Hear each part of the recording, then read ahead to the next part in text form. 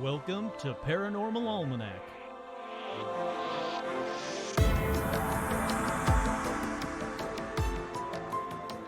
With your host, Kurt Sandvig.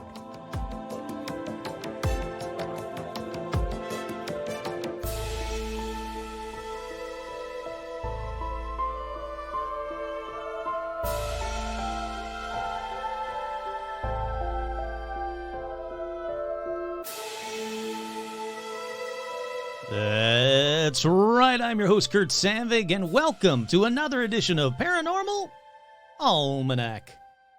On this edition, let's just talk about UFOs. But first, as always, we have shout-outs. That's right, we have shout-outs going out to Vanessa, Marisol, Liam, Izzardbrett, Dusty, Roger, Michael, Dustin, Matthew, Alicia, Derek, Becca, Joshua, Jen, Elizabeth, Voidtech, Sherry, Artmuffin, Trudy, Tim, Paul, Ricardo, Danger Duck, Damien, and Daniel, Ian, Eric, Brandon, Jen, Alexandra, Simon, George, Connie, Seth, Jason, Cindy, Kim, Ashley, what's that? Ian, Carrie, Ezram, Robin, Will, Kelly, Lauren and Phil Mangano, Russell, Tanya, Donald, April, Seth, Isabel, Audra, Dorian and Isaac, Cindy, Bob, the Sean Bishop, Cole, Paula, Larry, Jerry, Leo, Austin, Lindsay Hahn, Megan, Aaron, Jeff T, Harley, Suzanne, Joe, Lawrence, Laura McCune, hey, howdy, hi, long time no chat, Austin, Autumn, J. Mark Manning, Carolyn, Martin, Darth Pikachu, Jade, Nanashi, Heidi, Kira, Chuck, Todd, Jamie, and Elijah Hendrickson, Juliana, Dan, Dill, Laura Pitts, and Gamer Fan, with a special shout out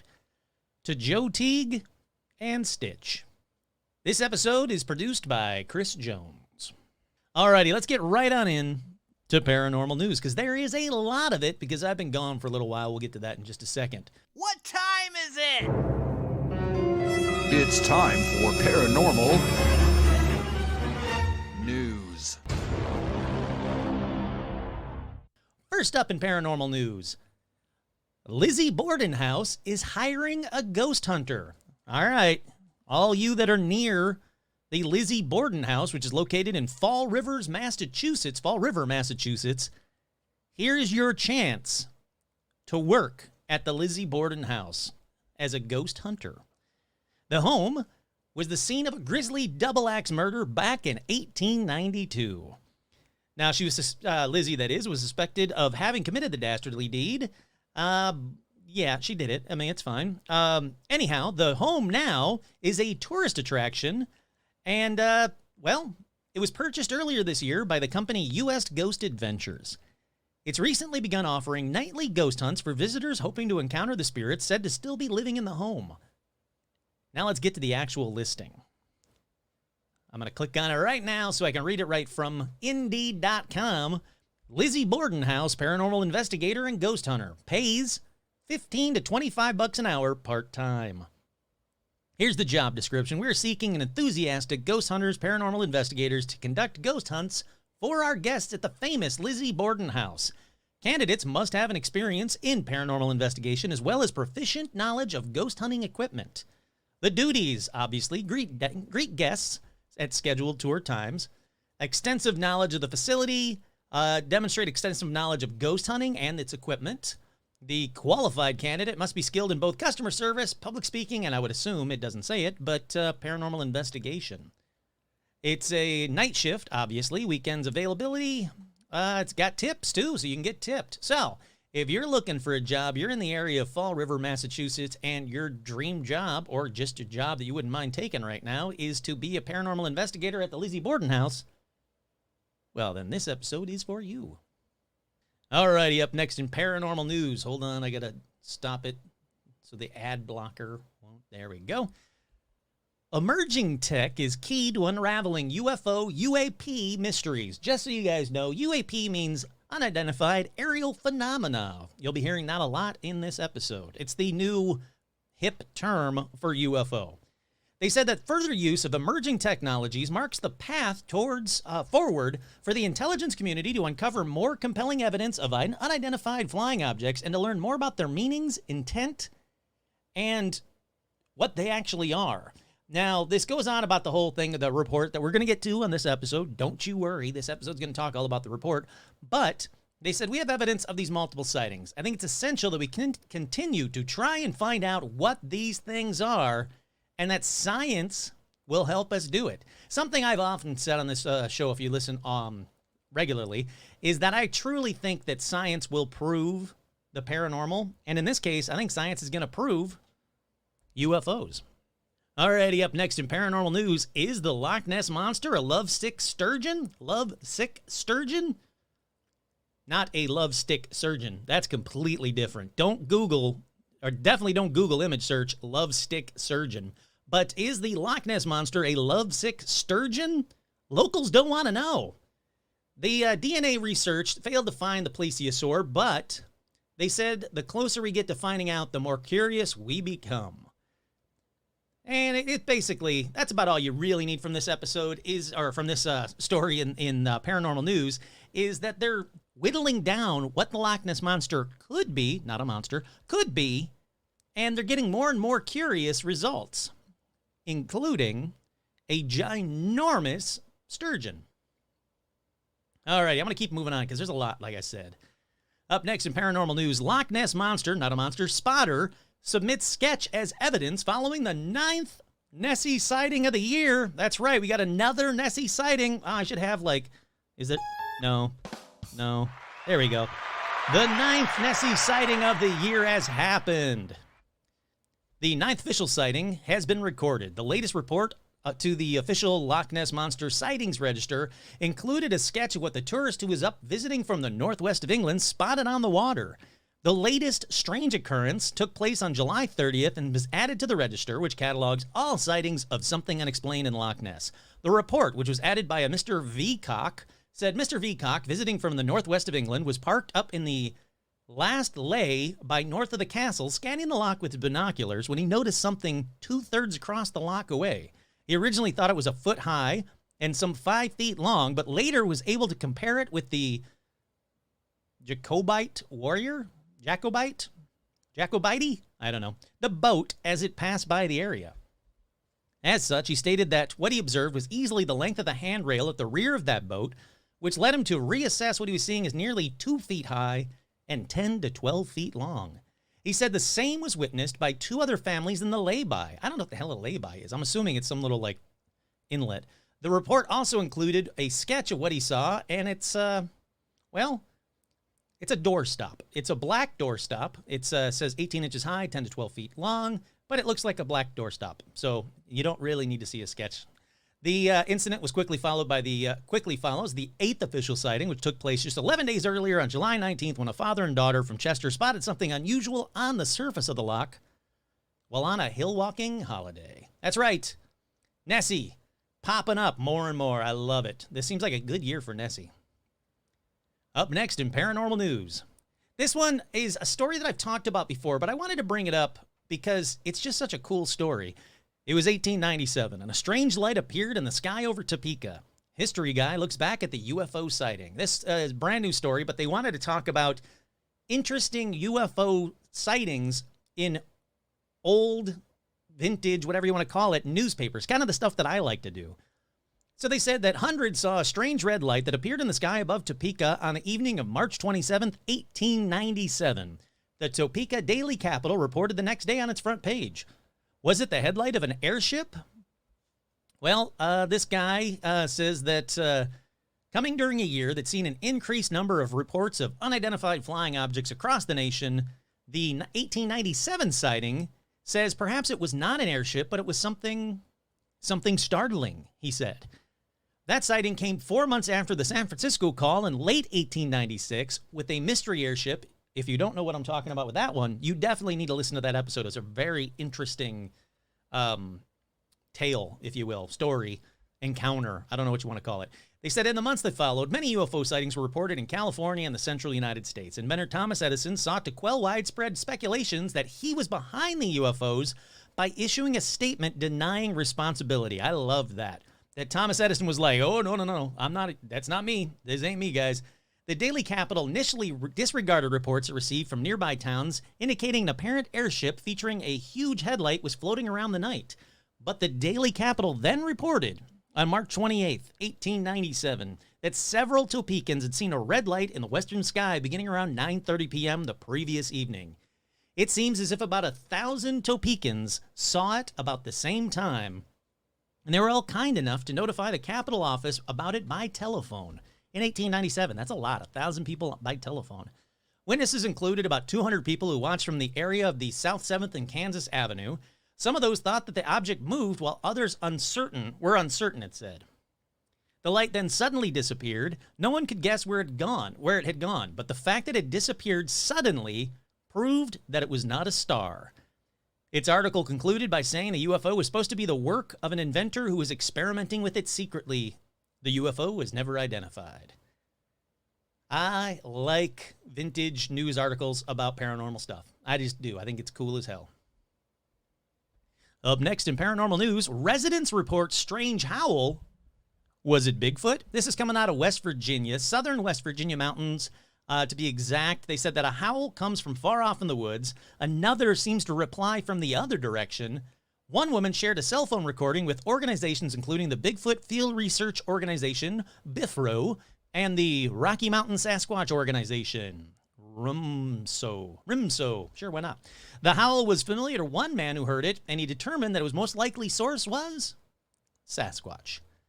She said the woman said that who was reporting the howling said that she didn't want her name or address to be used. She spoke with the Bluefield Daily Telegraph as night fell outside her home, and the air grew cool. Sometime the howling can be heard between 8:45 and 9:15, sometimes between 11 p.m. and midnight.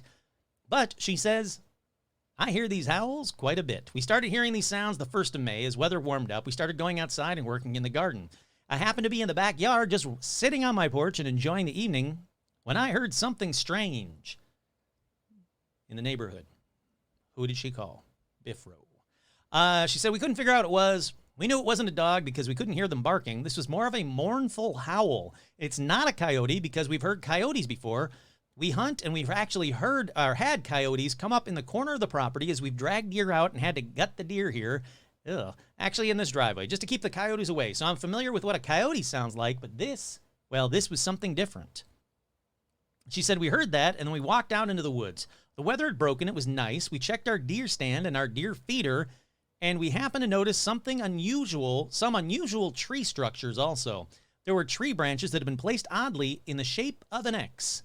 The structures are similar to what is seen on the television show Expedition Bigfoot. I don't know what I think about trees in structures. A lot of the tree structures that you see on Expedition Bigfoot and a lot of these Bigfoot shows just to me look like a tree fell over and happened to hit the tree standing next to it.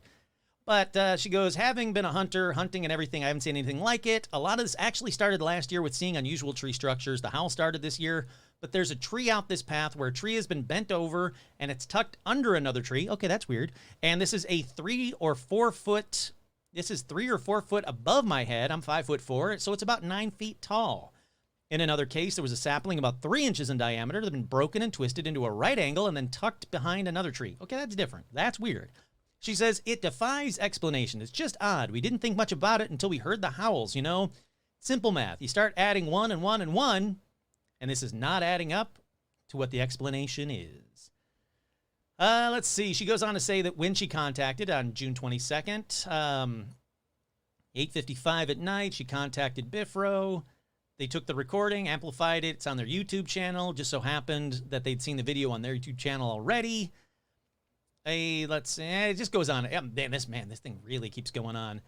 I'm just going to wrap it up with this. Another odd occurrence happened back in 2011 or 12. Her brother was taking her sons to his home for an overnight visit when a man in a gorilla suit suddenly crossed the road. Her oldest son confirmed what his uncle had seen, and it happened around midnight. The howls again started this year are something new. It's like they're communicating with each other. It's almost like mama calling you home. All right, can we get back to the thing that you kind of just threw out there, lady, about a guy in a gorilla suit? So there's people obviously around the area that are messing, as Bigfoot or messing with Bigfoot. Could it be that? I'm going to say possibly. All righty, up next in paranormal news, is there a Bigfoot population in Maine? Well, there's been more than 20 eyewitnesses accounts that say, well, yeah. this author says, when I talk to witnesses, those are the ones I find most interesting. Is the person that had no idea like this was around them and ran across it regardless and found it undeniable. She likes the skeptics. She likes anybody that's a skeptic of Bigfoot that happens to just, come across a Bigfoot. They probably argued with themselves in their head about 1,000 times and then came up with the same answer. I saw something that isn't supposed to exist. And they had to find a way to accept it and move on with their life. So, is Maine a hotspot for Bigfoot? Well, yes. They say when you get to the southern Maine area, I don't think people realize how vast the stretches of that wilderness go. Once you get into the logging roads, the Golden Road, it's nothing there but you and trees and whatever animals are in the woods. For a forbidding wilderness state to the right life forms, For a forbidding wilderness state to the right life forms, it's very friendly. Yeah, all right, that's a weird way of wording it. But yeah, there are short answers. Yes, there are, supposedly, Bigfoot in South Maine. Moving on. The official Loch Ness Monster sighting register. The total now? Remember I was at, 9? Well, in just another week, the total for this year, 11. That's right. Matt Reddick, watched online, said 11. After he said at 3:56 or just before, between the clearing and the trees, just above the shore in the middle of the frame, something surfaces. That's right, he spotted it via the Nessie webcam. Man, everybody's doing this. I want to find Nessie on the Nessie webcam. It appears to surface and dive, leaving wakes as it swims left. When I applied filters, I could see something else a ways to the left that I missed in the original at the beginning. You can view his video on YouTube. You know what that means? It means I'm going to click it and watch his video on YouTube. Oh my God, it's 11 hours long. No, I'm not watching. I'm not going to make you guys sit here and listen to me watch 12 hours of Bigfoot video or Loch Ness video. So let's see. We had Matt Reddick. Then we had Mr. Veacock, which we talked about. Then we had Sebastian, Oscar, and Alexandra Norman. Then they had a man and his daughter from Chester we talked about. A young man visiting from Cambridge. Rosalind Casey from Leeds. Kaylin Wangle. And then Ian O'Fagan. Then we have another one by Ian O'Fagan. And then we have another one by Ian. Good Lord, Ian O'Fagan. Come on, give me some other people a chance. And then another one by Kaylin Wangle. So apparently, again, I know I've said it a lot during this pandemic, but you guys really should be watching this Nessie webcam because people are seeing Nessie left and right. All right, let's keep on keeping on. I think this is the one with the video that I wanted to watch, but I was going to wait for this episode. Bigfoot in Canada? Inside the hunt for proof, or at least a good photo. Does Bigfoot really exist? If it does, why can't anyone get a good photo of it? Well, Canadian Bigfoot hunters have been trying to answer that question for decades. There's the video. No, that's not the video. Where's the video? I'm trying to skip ahead. It's a very long article with the video that won't play. All right. Well, that sucks. Yeah, now this video will not play, the one that I wanted to watch. Some claim Bigfoot. Yeah, I can't get it to play. So the answer is maybe. And we're going to move on because I'm not wasting my time anymore on that. Up next in paranormal news, Londoners baffled by strange flashing light beneath River Thames, with some convinced it's a submarine, others convinced it's a UFO. This one does have a video that I can get to work, and I am going to watch it. They say Canary Wharf locals were left perplexed last night by a mysterious flashing light that appeared to be coming from below the River Thames. Posted in a Facebook group for the Canary Wharf and the Isle of Dogs residents on Sunday, August 15th, Juliana shared a video of the river asking residents what the flashing light could be. Many East Londoners speculated the light could be a submarine lurking below the river's surface, while others joked it's coming from aliens. Alrighty, as I said a minute ago, let's watch the video. Yep, it sure is a flashing light. But it's a flashing light that's not moving.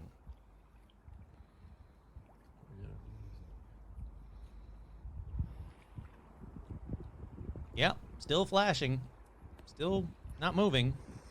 Yeah, all right. Well, I was expecting it to be like whipping along underneath the water or being spooky or anything. No, it is literally like someone in a boat had some kind of like beacon or something or flashlight that was flashing and they dropped it into the water and it just stayed there. Yeah. All right. Well, let's move on to the next one. And I think it's actually the final one in paranormal news for right now. Yes, it is. This is a sad story. As much as I want it to be a happy story, it just isn't. It is a very sad story. Woman injured while ghost hunting in the Central Terminal warns people to stay off the property. This comes out of Buffalo, New York. A Kenmore woman hurt while ghost hunting inside the Central Terminal is now speaking out. She wants to stop someone else from possibly making the same mistake she made. The Central Terminal has a reputation for being haunted, so Rachel Miller and her friend Eric something wanted to see if the rumors were true. I've always felt like a curiosity about it. What they thought was going to be a fun night of exploring changed dramatically after one wrong step. I put my foot down to check how nice and level it is, and if it could hold my weight, and the next thing I remember, I just fell right through the floor.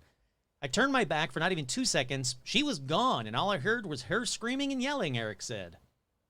While inside the nearly century-old building, Rachel fell about 15 to 20 feet through a substantial roof. I don't remember the fall. I remember waking up. It's been a few weeks since that happened. She's still recovering from a number of injuries, including broken shoulder blade, 4 broken ribs, and a punctured lung. She wants to warn people to stay out so no one else has to experience what she did. I don't want anyone else to get hurt because the next person who gets hurt may or may not come out of it. I shouldn't have even come out of it, but I did, especially with the injury sustained and the way I fell. So, yeah, look. She said she didn't see any no trespassing signs, but she would have entered it anyway. But look, the point of this is, oh, no, there's video of her foot, and it's all gross. Hold on, I got to get off this story before I tell my 2 cents. Look, you guys got to be very careful if you're urban exploring. Paranormal or otherwise, urban exploring is very dangerous for this reason. These buildings are old, they're dilapidated, they're falling down.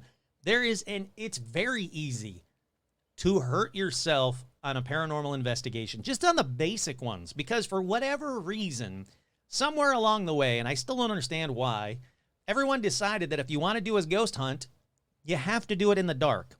Guess what? That's stupid. Ghosts are seen during the day, people. We don't need to be doing ghost hunts at night. Do it during the day so we can actually see around, like see everything. Yeah, oh my God, there's a shadow. Well, there's shadows during the day. There's a shadow right here from the window. So can we stop doing in the dark ghost hunts? I know it makes it a little more spooky and scary and gotta just like a haunted house. Yeah. Like the fake haunted houses, like the haunted mansion. Yeah, it is. It's spooky as shit to be in the dark in a creepy old building, walking face first into a spider web while you're trying to find a dead kid that's laughing at you. Just do it during the day. That's all I'm saying. Can we all just agree on that? Just do it during the day. All righty, that about does it with paranormal news. Once again, I'd like to thank all the patrons. If you want to go over to patreon.com/paranormalalmanac for all your patron needs, thank you to everybody that's over there. They do have exclusive episodes. There is another one coming out shortly as soon as I can get around to finishing it up. I'm almost done with the outline. I just need to record it. There's also merch. If you go over to storeenvy.com and search Paranormal Almanac, there is a bunch of them. Alrighty, let's take a quick break.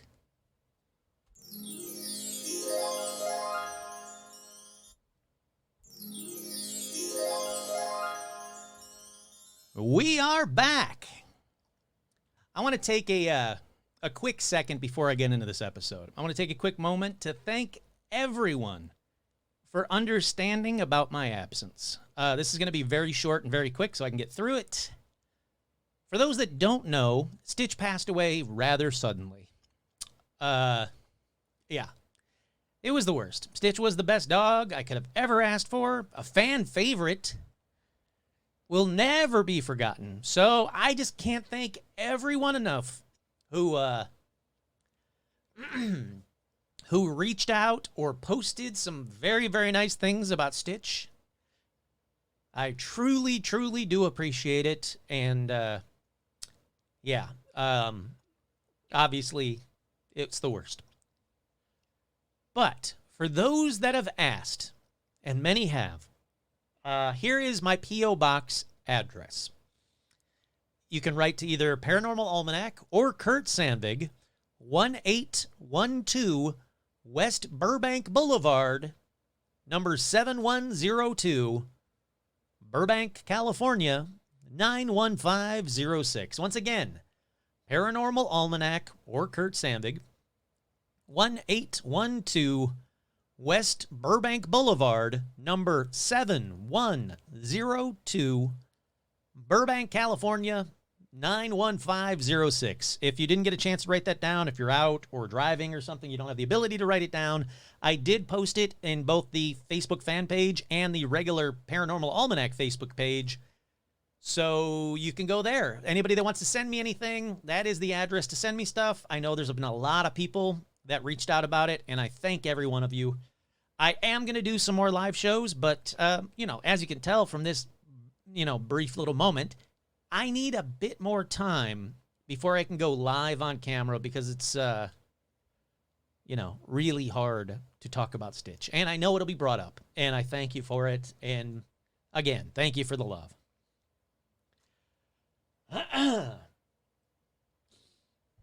Okay, that's about all I can talk about him without breaking down again. So let's get into this episode. Let's move past that and get right into this episode. The main part of doing this episode was to finally talk about the UAP report. Once again, that's Unidentified Aerial Phenomena report from the U.S. government. A report that was going to, quote, finally explain what UFOs are and where they come from. A report with detailed, previously classified military personnel sightings and information. A report that was going to go into detail about recovered wreckage of, quote, not of this earth materials and entities. All of this stuff, they said, hey, it's coming in this report. You're finally going to get it, what you all have been waiting for. Well, if this report sounded too good to be true, you were right. And we had talked about it. I had talked about it. No, we'd talked about it because the live shows people have talked about it. We all knew that it wasn't going to be the be-all, end-all. Here's the report. It's called Aliens Are Real and How We Have a Ton of UFOs by the U.S. government. We knew it wasn't going to be that. Not surprisingly, I'll put it that way, a 9-page report was released that did not concretely state aliens are real and they're, here they are. It did not verify all the findings in MJ-12 or confirm that Roswell was real. Was it a letdown? Meh, I hate to say it, but mostly. But it is the first of many reports promised, and as I've said for years and said on this show, disclosure won't be one big announcement. It's going to be tons of leaks and articles and little bits and pieces and videos until no one cares that UFOs are real. By the way, we're pretty much there already. But with that said, though, let's dive into that report and talk about the good bits only. No, I'm not going to read you the entire 9-page report. Don't worry. Or if you were hoping I would, don't feel bad. Don't maintain your expectations. I'm not going to read you the entire report. But what I am going to do is I'm going to touch on some of the important points that I found and other people found, like most of the UAP reported probably do represent physical objects, given them that a majority of UAP were registered across multiple sensors that include radar, infrared, electro-optical, weapon seekers, and visual observations. There are probably multiple types of UAP requiring different explanations based on the range of appearances and behaviors described in the available reporting. All right, that's direct quote from the report. I'm going to do this a whole lot on here. I don't know why I can't hear my voice anymore. I'm hoping this is still working. Well, let's keep on keeping on and hope that, there we go. There we are. I don't know what happened to my speakers. All righty, we're back. So, like I say, I'm going to read a little bit from the report, and then I'm going to talk about the little piece that I just read. This piece that I just read to you is good because it wasn't the U.S. government saying everything people are seeing are swamp gas or Saturn or, a balloon. Sure, some may be misidentified planes, but the variety of the objects that it talks about in the report and the people seeing them are very real, and ultimately, they don't know what these people are seeing. This next bit is very interesting as well. No standardized reporting mechanism existed until the Navy established one in March of 2019. Now, as you guys remember, it was 2004 was the USS Nimitz, the Tic Tac, and all those? Yeah, like 2004. So 15 years later, we finally went around to, okay, we have to come up with some kind of standardized reporting mechanism, which used to exist in the days of Project Blue Book, but that went away. So this report is saying that they now have a standardized reporting mechanism that'll help in future reports and make it more clear just what these UAPs are. After carefully considering this information, the UAPTF, that is the Unidentified Aerial Phenomena Task Force, the one that did this report, focused on reports that involved UAP largely witnessed firsthand by military aviators, very important, and they were collected from systems we consider to be reliable. These reports describe incidents that occurred between 2004 and 2021, with the majority coming in the last 2 years as the new reporting mechanism that I just talked about became better known to the military aviation community. We were able to identify one reported UAP with high confidence. I'll get to that in a second. In that case, I'll get to it right now. In that case, we identified the object as a large deflating balloon. But the other remain unexplained. 144 reports originated from the USG sources.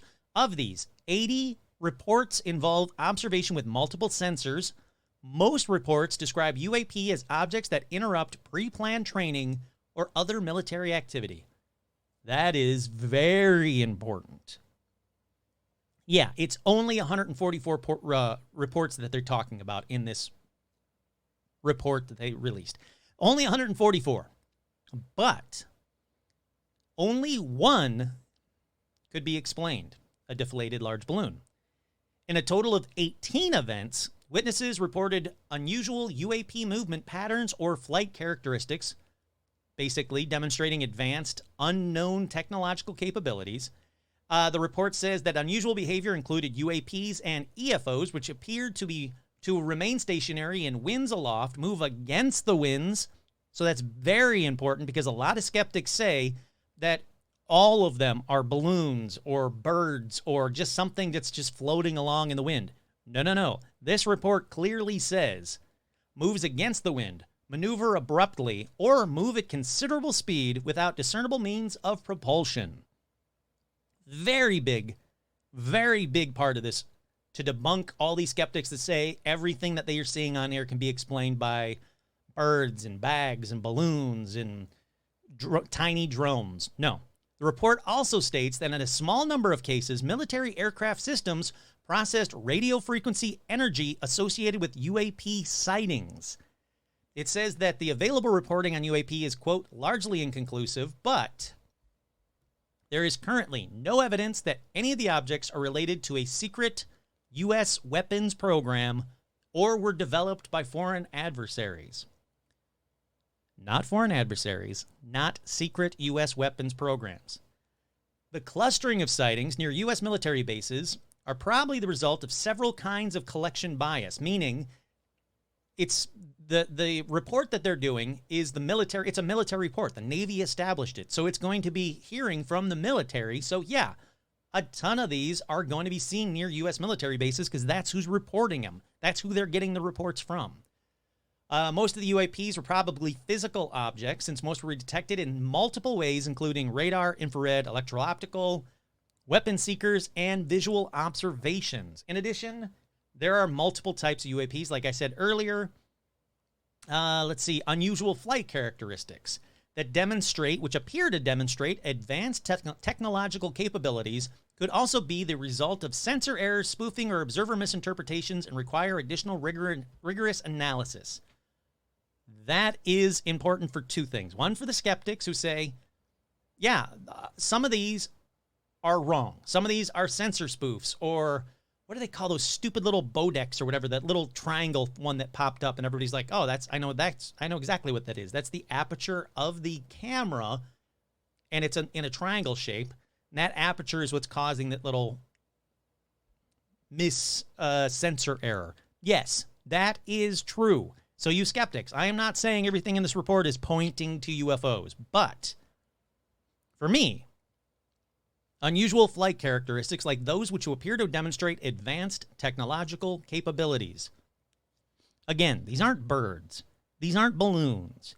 These aren't weather balloons. These aren't whatever stupid thing that all these people are saying these are. Our government is saying, nope, that is not what's happening. They say that the objects could represent a threat, but it clearly poses a risk to flight safety and may pose a challenge to national security. Potential adversaries have developed either a breakthrough or disruptive technology, but there is no conclusive proof that that's exactly what these are. They say they need to collect and analyze more information, consolidate reporting, develop a more efficient way of screening and processing these reports. Yes, you do. I will gladly help you with that. You send me the reports, I'll go through them. They said that the sensors mounted on U.S. military platforms are typically designed to fulfill specific missions, and as a result, those sensors are generally not suited for identifying UAP. They can track them, they can see them, they can do all of that, but they can't identify them. That's not what they were built for, nor should they be. It's a kind of a bit of a cop-out because they're basically saying, look, we can't identify UFOs because the sensors weren't made to identify a UFO. They were made to track planes. True, but all of these sensors prove something with an unknown propulsion doing maneuvers that would kill a human that can go underwater and to the stars in a blink of an eye actually happen frequently around our highest level of military and our top fighters. And they couldn't do anything about them or come even close to them. All righty, let's keep on keeping on. They say that the sensor vantage points and number of sensors concurrently observing an object play substantial roles in distinguishing UAPs from known objects. And that's exactly what they are. They're saying that these optical sensors benefit some insight to relative size, shape, structure. Radio frequency sensors prove even more accurate velocity and range information. Again, skeptics, I'm talking to you right now. These are not man-made objects. These are not a tiny kid's drone. These are not even China's drones. These are doing things with breakthrough aerospace capability. They know the size. They know the structure. They know the velocity, the range. These things are doing things that even our spy planes can't do. Let's see, UAPs tend to cluster around U.S. training and testing grounds. UAPs probably lack a single explanation. Yeah, but let's start explaining what the government really knows about them and has for years. Look, there's no reason to hide that they have recovered UFOs. It will not cause the stock market to crash, people to kill themselves, religions to crumble. Look, it's 2021. What was that?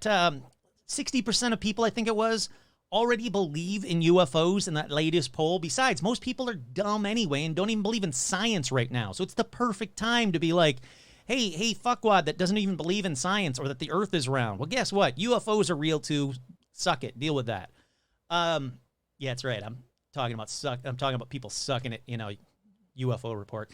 Some UAP observations could be attributable to the developments and classified programs by U.S. entities.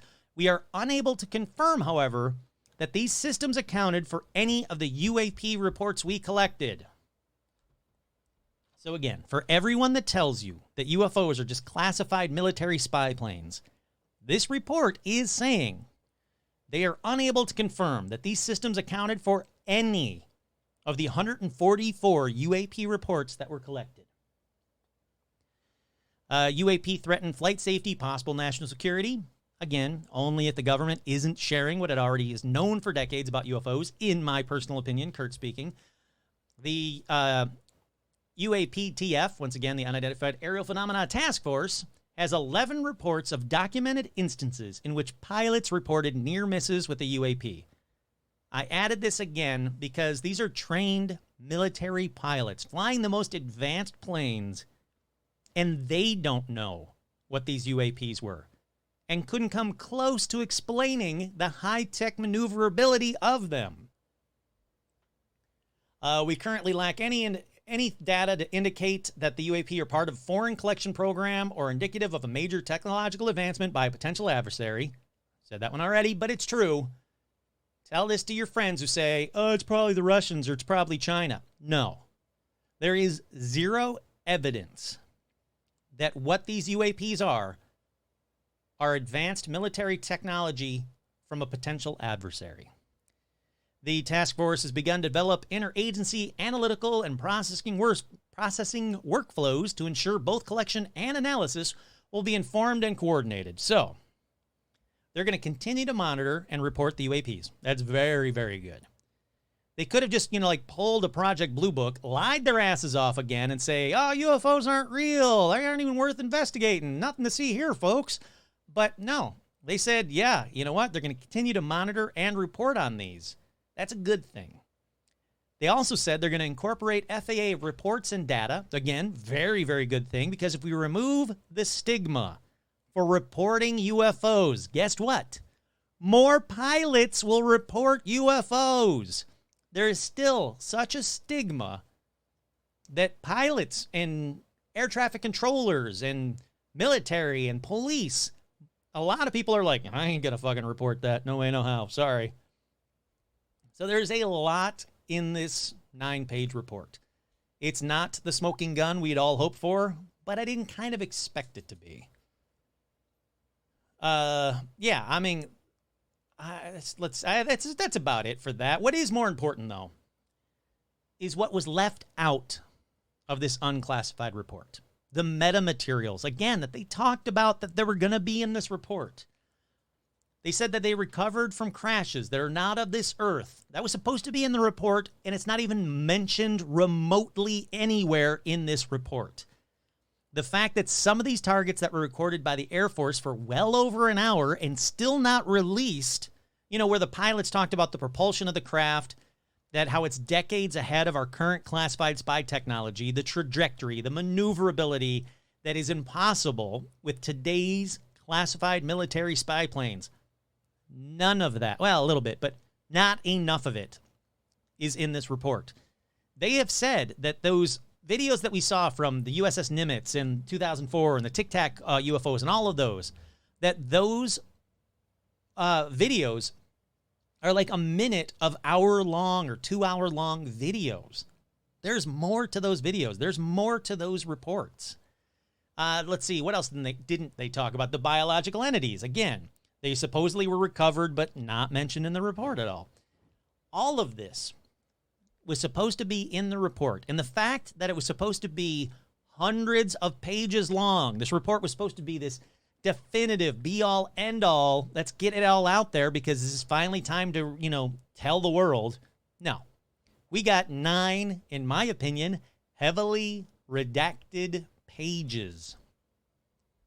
Look, remember, just before the report was released, there was a former Pentagon official saying that a skeptic of the report, quote, doesn't have the whole story. There's data that skeptics will never see. There's much more that I would include in a classified environment. That came from a Pentagon official. Let's talk about the presidents for a minute. Not being political. Biden says that, he's not said anything. He's basically dodged recent attempts to get him to weigh in on UAPs. He said, President Obama says there's footage and records of objects in the sky. And he says we don't know exactly what they are. What do you think? This is what a reporter asked the president at a May 21st press conference. Biden just said, well, I'd ask him again, smiled, left the podium. Obama said, look, the truth is when I came into office, I asked, is there a lab somewhere where we're keeping alien specimens and spaceships? They did a little bit of research and the answer was no. He said, but what is true, and I'm actually being serious, is that there's footage and records of objects in the sky that we don't know exactly what they are. We can't explain how they move. We can't explain their trajectory. They did not have an easily explainable pattern. I think that people still take seriously trying to investigate and figure out what it is, but I have nothing to report to you today.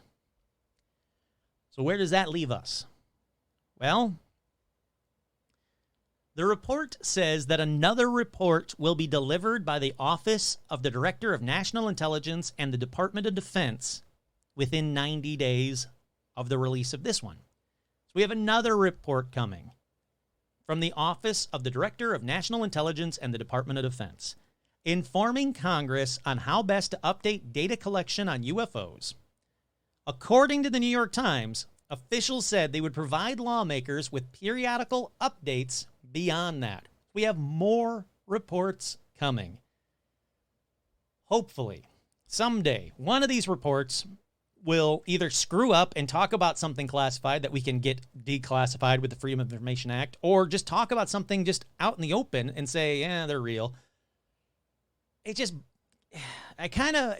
very frustrating. I'm very excited that there's going to be more reports. Don't get me wrong. I'm very excited that we're slowly removing the stigma for even non-believers.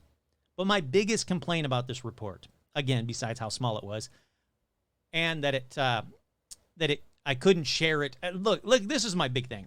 My biggest complaint is that I really wanted to get the report, read it, and go, ha-ha, and send it to like my friends and family that think I'm dumb for believing in UFOs and aliens, and tell them, see, it's all real. Right there in paper, U.S. government says UFOs are real, aliens are real. We've got them. We've got UFOs. Bam, take that, Grandma. I don't know why I picked my grandma. She's not even alive. But take that, random relative that thinks I'm crazy for believing in UFOs. Take that, Neil deGrasse Tyson, who says there's no chance for UFOs. But no, not yet anyway. It's coming. It'll happen, everybody. I was going to say keep the faith, but keep the science. Keep the science. It's going to happen. All righty. With that, let's keep going. Let's talk about more UFOs and more UFO reports, because this isn't the first report that has come out. And no, I'm not talking about Project Blue Book or MJ12 or any of that. No, I'm talking about the one that came out of France. France, who became the first country to open its files on UFOs in 2007. What did they do? Well, they just released all of their cases online. The online archives, which will be updated as new cases are reported, have all types of cases from the totally bogus, it's like obviously a plane or that really is like a Batman balloon, to the ones that are really bizarre and really unexplainable, that are still unexplained. In fact, they have 1,600 cases registered since 1954. Since 1954, 1,600 cases, all of them on their online archives. Nearly 25% of them are classified as Type D. What's Type D mean? That despite good or very good data and credible witnesses, we are confronted with something we can't explain. Fun fact, UFOs in France are called OVNIs. Objet volant non identifié. Sorry, French people, or people that speak French. But I think it's kind of cool, the OVNIs. One of the cases on their online database is a great one, and it came from January 8th, 1981 at 5 p.m. 55-year-old farmer Renato Nicolai in Trans-en-Provence, France, heard a strange high-pitched whistling while out farming. Don't worry, it gets way better than a strange high-pitched whistling, because right after he heard that strange high-pitched whistling, he saw himself a flying saucer, 8 foot 2 inches in diameter, which is, you know what? That's very specific. It wasn't 8 feet. It was 8 feet 2 inches. I'm assuming that it was it was this many meters that happened to go down into 8 feet 2 inches, but still, very specific. He said that he saw this flying saucer. It flew and then landed about 50 meters away. That's 160 feet for stupid people in America. He said it landed about 160 feet away from him. Here's the description. The device had the shape of 2 saucers, one inverted on top of the other. It must have measured about 1.5 meters in height. It was the color of lead. The device had a ridge all the way around its circumference. Under the machine, I saw 2 kinds of pieces as it was lifting off. They could be reactors or maybe feet. There was also 2 other circles which looked like trap doors. The reactors, the 2 reactors or feet, extended about 8 inches below the body of the machine. The UFO almost immediately took off, rising above the tree line, and flew away to the northeast. He said it stayed for a few seconds, then it took off into the blue yonder without making a sound. Let's see. He went over to where it landed, and he saw like burn marks on the ground in the shape of those reactors or feet. Now, his neighbor, and I got to be honest, it's unclear if she saw the UFO too. Some sites say, yeah, she saw it too, but I don't think she saw the UFO. I think that she saw him, and he was freaking out, and she was like, oh, God, call the police, call the gendarmerie. I'm sure I got that wrong, too. The local police. So they show up, they interview Nikolai, and they believe him enough to actually take photos of the scene and collect soil and plant samples from the field. Now, this case was later sent to GAIPAN, or GIPAN, I don't know. It's Groupe d'études des phénomènes aérospatiaux non identifiés. Sure, why not? It sounds to me like it is the group for aerospace phenomena, unidentified aerospace phenomena. And as it was known at the time, GEPAN. And they said the chemical evidence was consistent with heating of the soil and pressure from a heavy object. They also found traces of zinc and phosphate and evidence of abnormalities in the plants nearby. Skeptics, don't worry, here's for you. Skeptics say the crushed plants could have easily been caused by tires. Yes, it could have been. Maybe, but I will say that Nikolai did say a bunch of cars were driving at the time of the sighting and stopped there afterwards. But, skeptics, that GPAN thing, well, their analysis noted that the ground had been compressed by a mechanical pressure of about 4 or 5 tons and heated between 300 degrees and 600 degrees. So you could say it's a car, a big car, but you could say that's a car, but no car is going to heat it between 300 and 600 degrees. Sorry, skeptics. They also found trace amounts of phosphate and zinc in the sample material, and analysis of the resident alfalfa near the landing site showed chlorophyll levels between 30 and 50% lower than expected, and unexplained. Kind of cool one, huh? I like these one-off cases where it's just some random guy going, what the hell? Oh my God, it's a UFO. Hey, look everybody, UFO landed right here.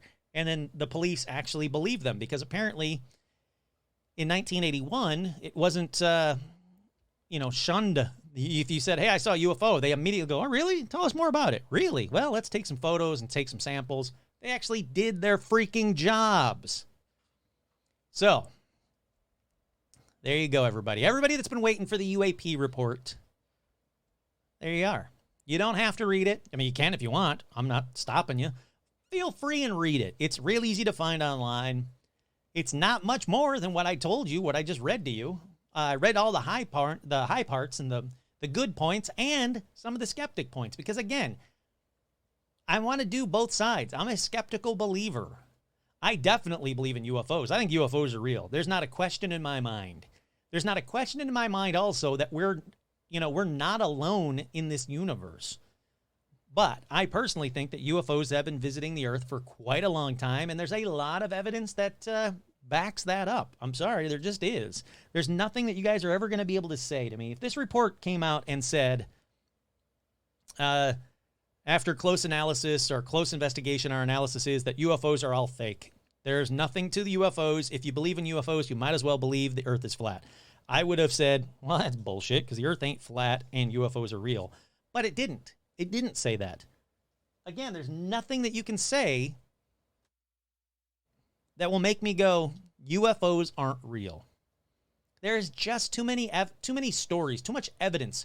What really bums me out, though, is all of these people that have seen UFOs, the high-profile people that have seen UFOs, Travis Walton, all of those, that I'm sure secretly, deep down, we're hoping that this report was finally going to tell the world that the U.S. government has known about UFOs forever and that UFOs are real and that aliens are real so they could finally get some vindication because, these people take a lot of shit. and have taken a lot of shit in real life and online. There's a lot of, again, these big people that have seen UFOs that have, it's basically ruined their lives or ruined their relationships. So for them alone, I was really hoping, and I'm sure they were too, that this report would vindicate them, finally prove that what they've been saying all these years was real. And it just didn't. And it bums me out. But again, I remain vigilant, hoping that one day it'll be the leap home. No, one day we'll get a report that says that UFOs are real, or a news story, or, fuck it. Hopefully one day a UFO will land and everybody will go, holy crap, there's a UFO right there. And there's no way that it's fake or CGI'd or any of that crap. It was a real UFO with a real alien in it. Everybody saw it. It can't be questioned. It's amazing. It's the story, which should be the story of the year or the decade, but will probably only be a footnote on CNN for a day or two. Because these stories, yeah, people are talking about them. Yeah, people are talking about the Tic Tacs and the Navy videos and everything, but not enough. It should be, again, the story of the century. And it's just not. No one cares. Like I said earlier, people already know that UFOs are real. Let's just do it. Let's just suck it up and say, yep, UFOs are real. All right, that's enough of a rant on this one. What do you guys think of the UFO report? UAP report. What do you guys think of UAP? I'm so used to saying UFO. I don't like changing it. And some people say UAV, unidentified aerial vehicle. And then there's, there's so many acronyms for UFOs now. And, USOs, underwater, unidentified submergible objects, or whatever it is. What do you guys think? What do you guys think of this UAP report? Did it tell you more than you thought it would, tell you less than you thought it would, or do exactly what you thought they were going to do? What do you think of the UAP acronym? Why do we have to have so many acronyms in this world? Every job that I've ever had, within the first week, I've had to learn like 90 new acronyms. And I'm like, this is just a waste of brain space, because as soon as I leave this job, I'm never going to have to know this acronym ever again. And yet I still do. So yeah, this is it. This is the one that you guys have been waiting for, asking me for. The UAP report episode. I hope you guys liked it. I hope you guys enjoyed this episode. Thank you again for understanding me taking a little time off, little personal time. I 100% needed it. As always, much love to everybody that reached out to me. Much love to everybody that said they wanted to send me something. Oh, I said I was going to do it at the end of the episode. Let me do it now.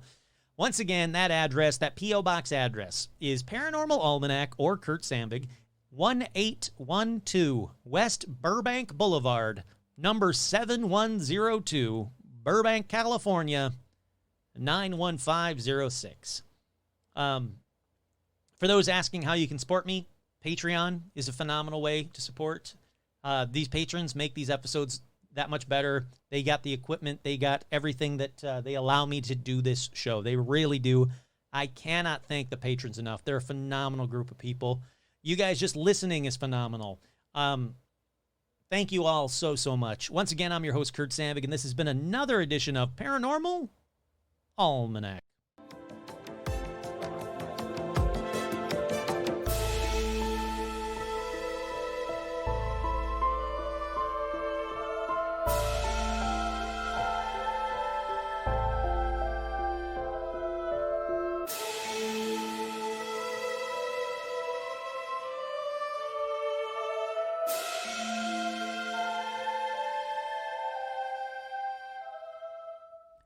Fell out, nasam, hell, bummery.